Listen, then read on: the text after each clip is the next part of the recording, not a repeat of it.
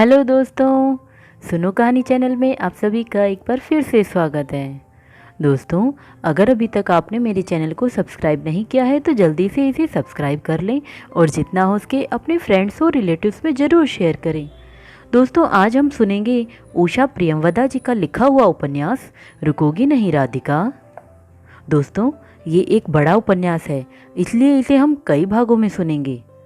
तो चलिए सुनते हैं आज का भाग। कुछ भी नहीं बदला, सब कुछ वैसा ही जैसा कि सदा से था, जैसा कि राधिका ने जाना और बार बार याद किया।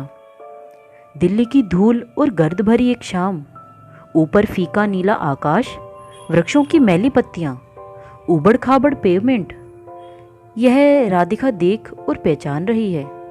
पहचानने में पुलक का भाव है। अरे, यह सब ज्यों का त्यों ही रहा। अपने अंदर कुछ और डूबने पर राधिका हृदय में खेद के नन्हे से आभास को पकड़ पाती है कि उसकी आंखों को सब बड़ा रंगहीन, मटमैला और अंधेरा सा लग रहा है। इसका मतलब यह है वह पश्चिम के देशों के झिलमिल, रंग बिरंगी, चमकदार रोशनियों की आदी हो गई है, अनजान में ही। राधिका मुड़कर सड़क की ओर देखती है। उस पर निरंतर बसों, साइकिलों और पदयात्रियों का प्रवाह है, पर भारतीय चेहरे अपने परिवेश में होने के कारण कितने स्वस्तिपूर्ण लग रहे हैं। वह भी उनमें एक है, इस भीड़ का एक अंश। वह उस भीड़ में अपने को खो सकती है और कोई उस पर ध्यान भी न देगा। यह चिर प्रतीक्षित क्षण कई वर्षों बाद स्वदेश में पहली शाम अब उसके सम्मुख है। पर राधिका महसूस कर रही है कि उसके अंदर धीरे धीरे एक हताशा रेंगने लगी है। नहीं, वह आज की शाम अपने को मूड़ी नहीं होने देगी। और उस भाव दशा से उभरने का प्रयत्न करते हुए उसने अक्षय को देखा, जो इतनी देर से उसके पास ऐसे मौन खड़ा था, जैसे कि राधिका के विचारों में व्याघात न पहुंचाना चाहता हो। यह अक्षय, सुबह वह उसे एयरपोर्ट पर मिला था। इससे पहले राधिका ने उसे कभी नहीं देखा था। वह उससे मिलने आया है, यह जानकर भी आश्चर्य सा हुआ था। पहली दृष्टि में वह जो देख पाई उसमें वह ठीक लगा था। अक्षय एक काफ़ी अच्छे दर्जी का सिला सूट पहने था। टाई भी अच्छी थी, बहुत भड़कीली नहीं, न एकदम सोबर। कलाइयाँ मजबूत, जूतों पर पॉलिश, बाल अधिक बड़े नहीं। राधिका को वह सीधा देखना टाल जाता था। उससे लगा कि वह स्त्रियों के बारे में कहीं लज्जालू है, और यह जानकर वह मुस्कुरा पड़ी थी। राधिका ने अब साया सोचना बंद कर दिया है। केवल नेत्र भारतीय दृश्य पर भटक रहे हैं। रेस्तरां में घुसने से पहले जब वह ठिठक कर खड़ी हो गई तो अक्षय भी रुका। उसे थोड़ा सा विस्मय हुआ, पर अधिक नहीं। सुबह जब से राधिका को एयरपोर्ट से लाया था, तब से राधिका के आचरण पर कभी कभी विस्मय होता। वह सबसे इतनी अलग जो थी। न चाहते हुए भी अक्षय राधिका की असाधारणता से थोड़ा प्रभावित हो आया था। सारे दिन ऑफिस में काम करते हुए भी उसने कई बार सोचा कि क्या है वह जो उसे असाधारण बना देता है। अपने पर बड़ा विश्वास, विदेश में रहने और अध्ययन करने से आया सोफिस्टिकेशन, या असाधारण पिता की पुत्री होने से चरित्र की गहनता और दुरूहता। पर वह किसी एक चीज पर उंगली नहीं रख पाया। सुबह पैन एम के बड़े जहाज से तमाम यात्री उतरे थे, पर न जाने क्या देखते ही अक्षय के मन में यह भाव आ गया था कि वह राधिका ही होगी। फिर भी उसे थोड़ा सा झटका अवश्य लगा। गत रात्रि राधिका की विमाता विद्या ने ट्रंक खोल करके यह आग्रह किया था कि अक्षय राधिका से एयरपोर्ट पर मिल ले और ठीक से देखभाल कर रात की ट्रेन पर बैठा दे। वह वर्षों बाद लौट रही है और चाहते हुए भी विद्या मिलने आने में असमर्थ है। विद्या को अक्षय बहुत दिनों से जानता है। उसकी बड़ी बहन अंजलि की विद्या सहपाठनी रह चुकी है। विद्या जल्दी उत्तेजित या विचलित नहीं होती, यह वह खूब जानता था। तभी उसके कंठ में जो आग्रह था, उससे अक्षय को थोड़ा सा आश्चर्य हुआ। उसके मन में राधिका को लेकर एक भीरू, संकोची लड़की का चित्र उपजा था, जो कि विदेश से एमए की डिग्री लेकर आने के बाद भी अतहाय शीघ्र रो आने वाली होगी। यद्यपि अब तक विद्या के ही मुख से अक्षय ने जो कुछ राधिका के बारे में जाना था उससे यह चित्र तालमेल नहीं खाता था। राधिका जहाज से उतरकर कस्टम काउंटर पर गई। तब तक वह बाहर ही प्रतीक्षा करता रहा। करीब पौन घंटे बाद वह आकर सीढ़ियों पर खड़ी हो गई। जाकर उससे बात करने से पहले अक्षय कुछ क्षण रुककर उसे अच्छी तरह देख लेना चाहता था, जिससे कि व्यवहार किस प्रकार किया जाए यह निर्धारित करने में आसानी हो। राधिका क्लांत दिख रही थी। उसके पास एक बड़ा सा सूटकेस रखा था। बाएं हाथ में वह उसी से मैचिंग हल्के स्लेटी रंग का कॉस्मेटिक केस पकड़े हुई थी। बार बार दाहिना हाथ बालों पर चला जाता और वह ढीले हो आए जूड़े को संभालने लगती। अक्षय ने पास जाकर उसे नमस्कार किया। मेरा नाम अक्षय है, मुझे विद्या जी आपकी माँ ने भेजा है, वे स्वयं ना आ सकी। राधिका पहले हल्का सा चौंकी, फिर उसने छोटा सा नमस्कार किया और जिज्ञासु दृष्टि से उसे देखा। कल रात उन्होंने मुझे टेलीफोन किया और कहा कि आप आ रही हैं, मैं आपसे मिल लूं। अक्षय ने बात पूरी की। राधिका ने इस बात पर भी कुछ नहीं कहा। निचले होंठ का एक कोना दांतों से दबा लिया और खुली भरपूर दृष्टि से अक्षय को ताकती रही। चलिए। राधिका से कोई शाब्दिक प्रत्युत्तर न पा अक्षय ने उसका सूटकेस उठा लिया। काफ़ी भारी था। वह सामने खड़ी टैक्सी की ओर बढ़ा। राधिका चुपचाप पीछे चली गई। जब दरवाज़ा खुला तो बैठ गई। राधिका असहाय या भीरू है, इसका आभास अक्षय को अभी तक न हुआ। आप न्यूयॉर्क से कब चली थी? कल सुबह, राधिका ने कहा। वह तल्लीनता से बाहर देखने लगी थी। एयरपोर्ट से शहर तक अपने में ऐसा रम्य या नेत्रप्रिय है ही क्या, जिसे ऐसे ध्यान से देखा जाए। सड़क के किनारे किनारे कटीले झाड़, खेतों में कहीं कहीं सरसों के फूल, एक दो जगह कुओं पर चलता हुआ रहट। आपको तो काफ़ी कुछ बदला लग रहा होगा। जब मौन बहुत लंबा हो गया तो अक्षय ने पूछा। नहीं तो, राधिका ने हंसकर कहा। अक्षय को लगा कि राधिका की हंसी उसके हर्ष को प्रकट नहीं करती। यह तो पाश्चात्य औपचारिकता का एक भाग है। आप विद्या को कैसे जानते हैं? वह एकाएक पूछ बैठी। वह विद्या का नाम लेती है, माँ या मम्मी या ऐसे किसी संबोधन से नहीं पुकारती। यह नोट करते हुए अक्षय ने उसे बता दिया कि विद्या और अंजू सहपाठनी रह चुकी हैं। आप हाल में विद्या से मिले थे? अभी दशहरे पर उसोर गया था, तब भेंट हुई थी। सब? राधिका कुछ देर ठिठकी। अच्छे होंगे। आपके पिता से बहुत थोड़ी देर को मुलाकात हुई थी। आजकल वे आधुनिक चित्रकला पर एक पुस्तक लिख रहे हैं, यह तो आपको मालूम ही होगा। विद्या ठीक थी, और कोई खास समाचार नहीं है। और वहाँ के क्या हाल है? राधिका ने पूछा। वह तो आप खुद देख लेंगी, अक्षय ने कहा। फिर आगे झुककर टैक्सी वाले को आदेश देने लगा। दक्षिणी दिल्ली की एक नई बस्ती में अक्षय के पास एक फ्लैट था। ऊंचे ऊंचे मकानों की एक कतार, आगे सड़क, सामने फिर मकान। रात की ट्रेन से टिकट का प्रबंध उसने कर लिया था। पहले उसने सोचा कि राधिका को किसी होटल में टिका दे। फिर ख्याल आया कि होटल में तो वह स्वयं ही जा सकती है। विद्या ने अक्षय को इसलिए तैनात किया है कि राधिका का पहला दिन अकेले न बीते, इसलिए अक्षय उसे अपने ही घर ले आया।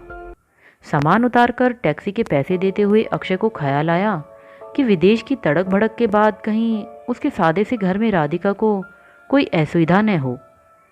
राधिका ने पैसे देने का थोड़ा सा आग्रह किया, पर अक्षय नहीं माना। जब वह ऊपर आया तो राधिका बैठक में खड़ी थी। आप बैठिए, खड़ी क्यों हैं? राधिका बैठ गई। कमरा चौकोर था। एक सोफा दीवार से सटा रखा था और एक लेदर की कुर्सी, एक और किताबों से भरी अलमारी। सब कुछ साफ सुथरा और दुरुस्त था, पर वातावरणहीन।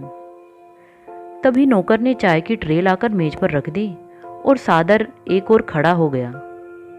नौकर का चेहरा मोहरा देखकर राधिका को ताज्जुब हुआ।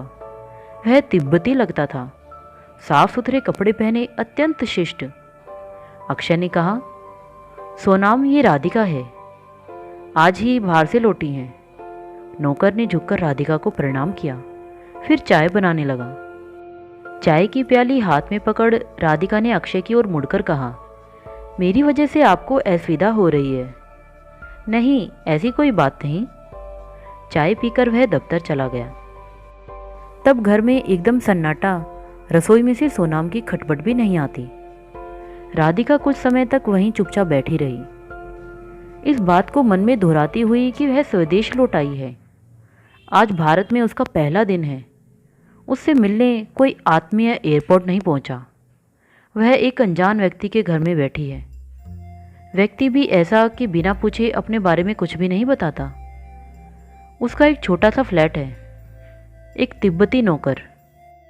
राधिका अकेली है। इस दिन की कल्पना राधिका ने बहुत बार की थी। उसे यह विश्वास था कि पापा उसे अवश्य ही लेने आएंगे, भले ही विद्या न आए। फिर वे दोनों कहीं अच्छी सी जगह ठहरेंगे। पापा उसे भोजन कराने ले जाएंगे। वह खाने के लिए ऐसी ऐसी चीज़ों का ऑर्डर देगी जिनके लिए वह इस प्रवास में तरस तरस कर रह गई, जैसे कि खूब फूली हुई कुरकुरी पूरियाँ, काबुली चनों की मसालेदार तरकारी जिस पर हरी मिर्च और नींबू के लंबे लंबे टुकड़े सजे हों, पनीर कोफ्ते, दही में डूबी गुजियाँ, चटनी, सब तरह के अचार, मिर्च वाले पापड़ और अंत में मेवे छिड़का हुआ गाजर का हलवा या ताजे कटे आमों की फांके और मलाई या केसर से सुगंधित खूब गाढ़ी खीर। आपके लिए पानी गर्म हो गया है, सोनाम कह रहा था। नहा धोकर राधिका आकर सोफे पर लेट गई। कमरे में धूप भर आई, जो कि राधिका को अच्छी लग रही थी। धुले हुए बाल कुशन पर छितरा लिए, बाईं बाह आंखों पर। राधिका चाह रही है कि आज के दिन वे सब त्रासद बातें याद न आई। ठीक है, पापा से वह भयंकर झगड़ा करके विदेश चली गई थी, पर उस बात को 3 वर्ष से ऊपर हो गए। उसने तो क्षमा भी मांग ली थी और लौट भी आई। क्या पापा अभी भी उन बातों की गांठ बांधे हुए हैं? तो आए क्यों नहीं? किस घर में बाप बच्चों में संघर्ष नहीं होता? फिर झगड़ा पीढ़ियों के दृष्टिकोण को लेकर नहीं हुआ था। राधिका अपने व्यक्तिगत स्वातंत्र्य के लिए लड़ी थी। लीक पकड़कर न चलना उसे पापा ने ही सिखाया था। उसके आचरण से पापा को दुख पहुंचा है, यह तो वह जानती थी, पर वह इस प्रकार निर्मम कठोर हो जाएंगे ऐसा उसे विचार मात्र भी न था। पापा ने उसे क्षमा कर दिया होगा और उसे लेने दिल्ली आएंगे। लौटते समय उसके नाम केबल देने के मूल में यही विश्वास था। उसने हवाई जहाज से उतरते हुए उत्सुक आंखों से चारों ओर देखा था, पर उसे एक भी परिचित चेहरा नहीं दिखाई दिया। लंदन से लेकर नई दिल्ली तक जो प्रौढ़ अमेरिकन टिकट की सीट पर बैठा था, अब राधिका को देखकर फिर मुस्कुराया। लंबी अवधि के बाद घर लौटना कैसा लग रहा है? उसने पूछा। राधिका एकाएक कुछ न कह सकी।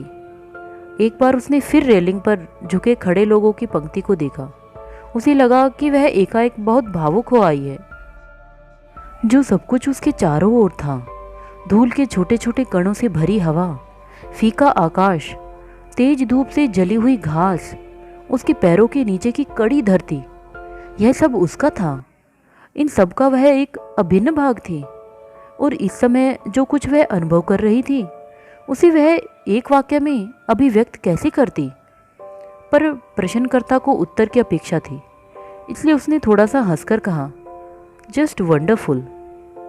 राधिका फिर भीड़ को देखने लगी। रेलिंग पर लटके हुए लोग वेग से हवा में बाहें हिला रहे थे। सीढ़ियों पर लड़कियों का एक छोटा सा समूह था। एक और एक वृद्ध दंपत्ति धीर प्रतीक्षा की मुद्रा में आने वालों के चेहरों को गौर से देख रहे थे। जैसे ही वह कस्टम वालों से छुटकारा पाकर बाहर निकलेगी, कोई न कोई आत्मीय अवश्य दिखेगा। अपने भावों का औरों के सम्मुख प्रदर्शन करने में पूरे परिवार को ही झिझक है, इसलिए शायद राधिका को गले से लगाकर कोई न भींचे, पर हर्ष तो चेहरे पर न छिप सकेगा। राधिका और यात्रियों के साथ लाउंज में पहुंच गई। कस्टम ऑफिसर युवा था। चेहरे पर छोटी छोटी मूछें, कंधे कुछ अकड़े हुए और पूरी मुद्रा में इस समय पूरे रूप में स्थिति का निर्णायक होने का स्वभाव। विदेशियों को पहले निपटाना राधिका को बुराने लगा। इतनी भद्रता तो बरतनी ही चाहिए। बेंत के सोफे पर अपनी बारी का इंतजार करती हुई राधिका ने मन में थोड़ी सी निराशा अनुभव की। लाउंज में औरों के संबंधी आकर मिलने लगे थे। वृद्ध दंपत्ति भी अपने पुत्र और उसकी गौरांग वधू को पा गए थे और अब वे बड़ी त्रासदायक सी स्थिति में खड़े हुए थे। अब वह दरवाजे की ओर देखेगी ही नहीं। राधिका फिर कस्टम काउंटर की ओर देखने लगी। अपनी बारी आने पर वह बहुत ही शांत संयत भाव से उठी और पासपोर्ट व चाबियां कस्टम ऑफिसर को पकड़ा दी। उसने पासपोर्ट पढ़कर राधिका पर दृष्टि डाली। नाम राधिका, जन्मतिथि जनवरी 1940, कद 5 फुट 3 इंच, वजन 105 पाउंड, धंधा विद्यार्थी। और फिर एक दृष्टि और। हर पुरुष उसे 2 बार देखता है, यह राधिका जानती थी। पहली बार मरसरी निगाह से और दोबारा कुछ ध्यान से। कारण जानते हुए भी राधिका स्वीकार नहीं करती। पहली दृष्टि में वह अन्य भारतीय स्त्रियों की तरह दिखती है, सांवली, काली आंखों और काले बालों वाली। पर पहली दृष्टि में ही राधिका में कुछ ऐसा है जो दूसरी दृष्टि डालने को बाध्य करता है। आप वहां पढ़ रही थी? खाना पूर्ति करते हुए कस्टम ऑफिसर ने पूछा। जी, राधिका ने कहा। क्या विषय था आपका? Fine arts. आप सूटकेस खोलेंगे? जी अच्छा। राधिका ने सूटकेस खोल दिया। उसे मालूम था कि उसकी हर चीज़ खोली जाएगी। फिर भी सामान खुलने से उसे थोड़ी सी आश्वस्ति अनुभव होने लगी। ट्रांजिस्टर, कैमरा, टेप रिकॉर्डर, यह सब वह नहीं लाई है। यह भरते हुए कस्टम ऑफिसर ने उसके मुख की ओर एक बार फिर देख लिया। सूटकेस का पल्ला बंद करते हुए हंसकर पूछा गया, तो फिर आप लाई क्या हैं? राधिका ने उत्तर में कुछ नहीं कहा। कागजों पर हस्ताक्षर कर जब राधिका मुड़ी तो उसे यह एक बार फिर याद आया कि अब वह बाहर जा सकती है। वह 3 वर्ष बाद घर लौट आई है और उससे मिलने कोई भी नहीं आया है। अगर पापा आते तो कितना अच्छा लगता, पर उनके अलावा और लोग भी तो हैं, जैसे बड़े भाई विनय, भाभी, उनके बच्चे वीणा, विवेक। आने की सूचना उसने कितने पहले दे दी थी। अब मैं क्या करूं? इस बात को मन में उलटते पुलटते हुए राधिका सीढ़ियों के पास खड़ी रही। उसकी आंखें अन्यमनस्क भाव से टैक्सियों की भीड़, रंगीन साफे और कुछ दूर एयर इंडिया के पोस्टर को ताकती रही। यह संभावना कि जहाज से उतरकर कहीं जाने का स्थान भी न होगा उसके मन में कभी न आई थी। वैसे दिल्ली में उसकी बाल्य सखी प्रभा रहती थी, पर राधिका की इच्छा फ़ोन बुक में उसके पति का नाम ढूंढकर अपने आप को प्रभा पर लादने की न हुई। तब समय स्टेशन पर गुजारा जा सकता है और फिर रात की ट्रेन से घर। यदि कहीं घर है, पापा का घर, बड़े भाई का घर, दोनों में से किसी ने यह ज़रूरत अनुभव न की कि राधिका से मिलकर कोई उसे साथ ले आए। एकाएक यह निर्णय कर कि वह सीधे स्टेशन ही जाएगी। टैक्सी बुलाने मुड़ी, तभी धीमे कदमों से अक्षय उसके पास आकर खड़ा हुआ। उसकी बात सुनकर राधिका को लगा कि वह उबर गई है। अब उसे वेटिंग रूम में सारा दिन नहीं काटना पड़ेगा।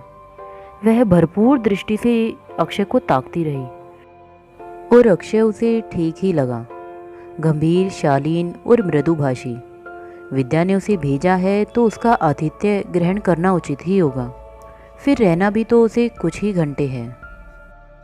अब राधिका ने सोफे पर करवट बदली। मन में आकुलता बढ़ती जा रही है।